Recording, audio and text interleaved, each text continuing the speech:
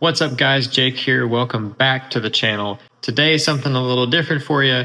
We're going to be checking out our bottling facilities. So hopefully I can give you guys a good understanding of everything from the barrel to the bottle, how we process it here. I would say we're a mid-sized bottling operation. We're not large. We're not yet into the automated lines and stuff like that. That's quite a big jump from where we are here. But we are commercial beekeepers who are selling everything we're producing with our 3,000 hives here in Texas. So I want to give you guys a good rundown. There's not a whole lot of content like this on YouTube. I've looked and I'm just trying to get ideas on how we can improve our setup. So we're just kind of figuring this thing out. So I want to share the setup with you guys. This is trial and error, learning and taking chances, and we're just trying to figure this thing out.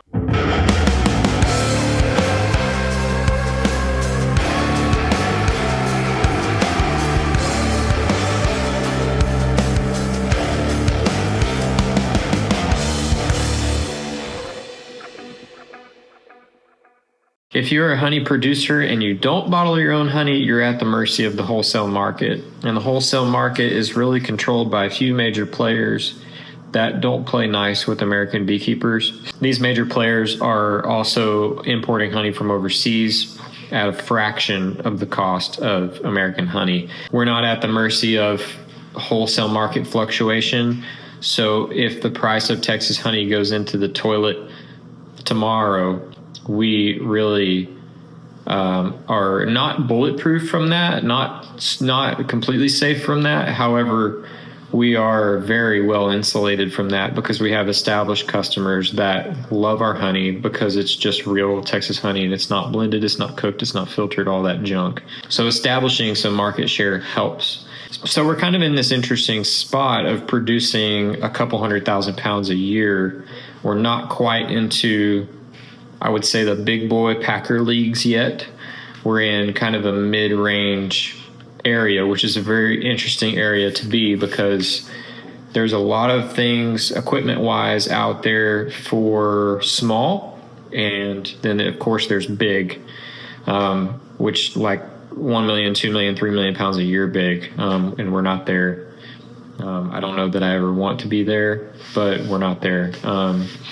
So we're in this interesting spot and figuring out efficient ways to do things to control costs of producing a bottle of honey has been an interesting battle here for us, at least, in learning how do we want to do things, how do we want to approach. There's a million ways to skin a cat, and so there's several different ways to approach selling honey. So anyway, I'm kind of rambling, but all that to say, that's why we got into bottling honey. So we're here doing the thing. I want to give you guys a rundown. You've seen some sneak peeks, the cool lights. I love the lights, but I want to give you guys a rundown. Let's get to it. Hope you enjoy. Process starts here. This is our inventory in our warehouse here. We also keep bee boxes in here as well. This warehouse is kept very cold. Show you guys. 55.9 degrees. And we're doing that to keep the bugs out of our honeycomb. That keeps wax moth and hive beetle and things from being active inside the comb. Doesn't kill them, it just keeps them inactive from laying babies and doing a lot of destruction. And then honey inventory, it crystallizes the honey on purpose. And we found that that kind of keeps the flavor of the honey fresh. So from there, we go to our hot room. Let's go check that out. So we're kind of in the little foyer of our hot room here. Here's the hot room door. That's our hot room. And then we have honey storage tanks. Drive-in door for the forklift. Let me go in here. We've got barrels melting down from crystallized. We have some agitators here. They're spinning the honey while it's heating. Pardon the noise here. And we have bottled honey. I'll explain in a little bit why this is in here as well. We can fill this room up and melt a bunch of barrels at one time. We just only have the 4 agitators. So shut that door. So that honey, once it's melted down, is pumped out and into these tanks. We go into the bottom tank first to let the honey cool and then pump up into the top tank so that it's cooled down before it's bottled, because if we bottle it hot, there's all sorts of air bubbles and whatnot. And then through here to the bottling room. This is our bottling room here. Don't know the exact dimensions on it, but you can kind of get an idea by the things that are in here. Starting off to the left here, we have a little workstation that we use to clean pollen and cut up peppers for our hot honey and so on. Little storage under there. Little 3-bin sink so that we are meeting all of our requirements for cleaning things. And you guys are not seeing this cleaned up and polished. I wanted to show you it is in action. There's stuff everywhere, you know, all of the things. This is in use. You're not seeing a polished version of this. Moving to this wall over here, we got the big old B, of course, had to do that. And we have a little labeling station over here. However, I want to give you some info on this because this is something I could not find on YouTube. And sure enough, we've learned a lesson with this. So this is for bottles that have a front and back. It's pneumatic right here. This piece comes down, the labels feed on, and it grabs the label and squishes it down onto the container. Don't love this. This is a very cheap version. You may recognize this brand. This was a few $100s, and it's a very cheap version of something that you can get a legit version of this that's like, we got a quote one time that was like $15,000 for a labeler that does front and back. And I'm just not, we're not there. I don't think that that's worth it. I think the next jump would just be to do a conveyor system that labels it. So this thing, a few $100s, it was a risk. It's just part of learning. So if you're looking at this, don't really recommend it. It's fine if you're not picky about your labels, but we're picky about our labels and it doesn't quite apply them straight every single time. This is great. It's just a little, I think it came from Amazon. I don't know. We've had this thing forever. The switch is like sort of broken. But basically it just has a little sensor down there. You pull the label off and it feeds the label. I'll show you. Just like that. Real simple. And you can label your bottles on the table here. And then we have a secondary filler that we use for stuff like our hot honey and our Beekeepers Reserve series and our real raw honey and just things that we don't want to put in the big tank in the hot room. That we can just do one barrel at a time. So this works super well. We got a little barrel cart. We can throw a barrel in the hot room, melt it down, make sure it's good, and then roll it in here and fill it directly. And then from there, moving over here, we have a bigger stainless table. We've got just some spare labels here that just for one-off things, if we need to replace a label or something, we have that. And then pollen, we don't label a whole lot of pollen, so we can move that up and label some pollen bottles if we want to. Now, this labeler I'm very happy with. This is also a Vivor Chinese special. This was a few $100s, and this is for round containers. This is amazing. Definitely recommend buying this. Like I said, a few $100s. I think it's like $300, $400 from the Vivor website. We've had to do a few things to it to tweak it, and it's not like the greatest machine in the world, but I think we've had to like modify the spring, and there's a switch in there we had to replace. It's a couple $100s, but this is very quick, and if you set it right, it applies the labels very well onto the container. It's set up for our big quarts right now, and so it does very well with the round containers, both glass and plastic. We've used it for both, and it does very well. Definitely recommend it. This whole workstation here is for filling. So you have all the space right here. This is just storage, random stuff that we use. And we have the Nassenhyder fill up, I think is what it's called. I don't know, we've had this machine for a very long time. This is the second one we've had. Obviously, this is the first one. We got one of these when there was like a sales rep coming from Europe or something that came and sold us that. And now Man Lake has them, I think, or they did have them.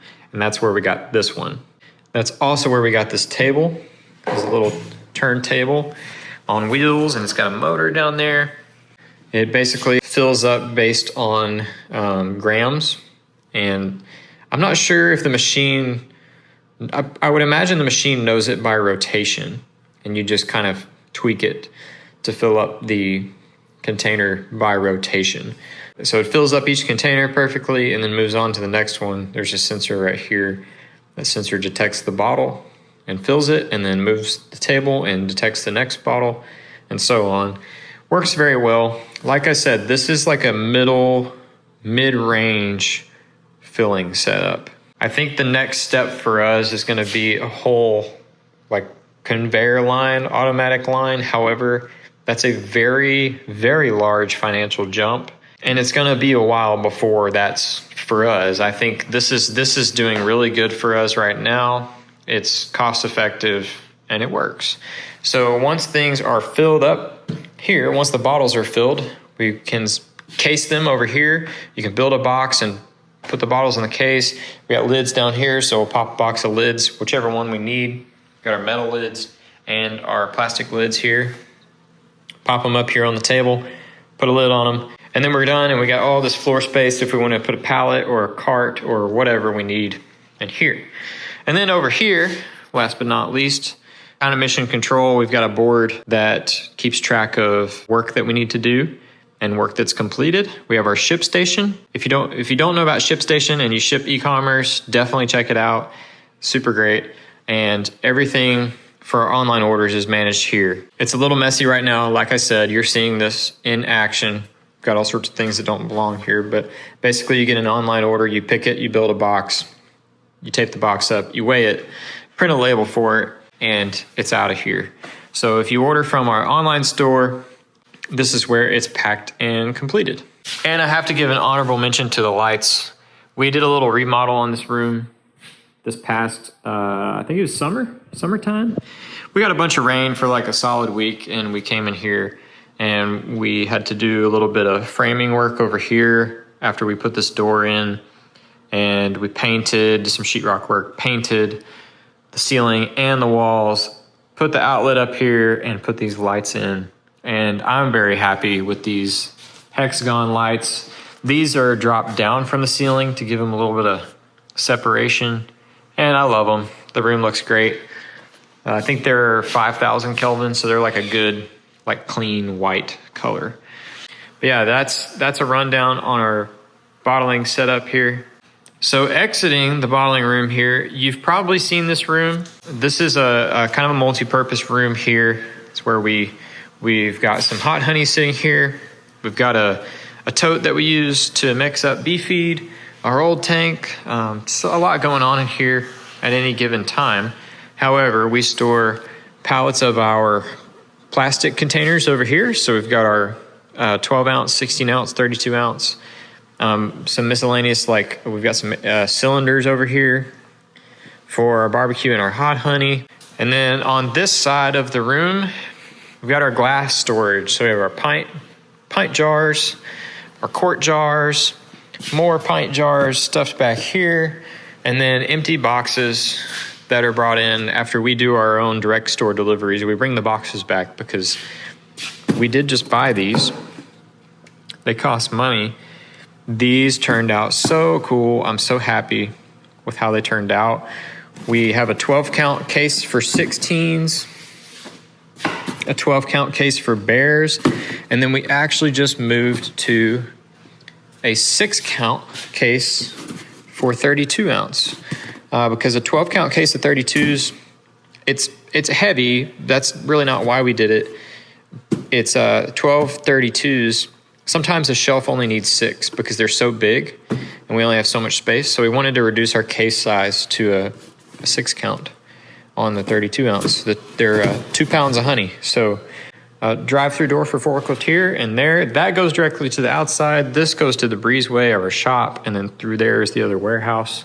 If you're a beekeeper and you kind of want to get into bottling, please feel free to comment on the video and ask questions. I'm more than happy to answer questions on bottling. But yeah, guys, I hope you enjoyed the rundown of the bottling setup. I'm very proud of this setup. We got it looking good this past year. And yeah, it's a cool place to work. It's a cool place to be.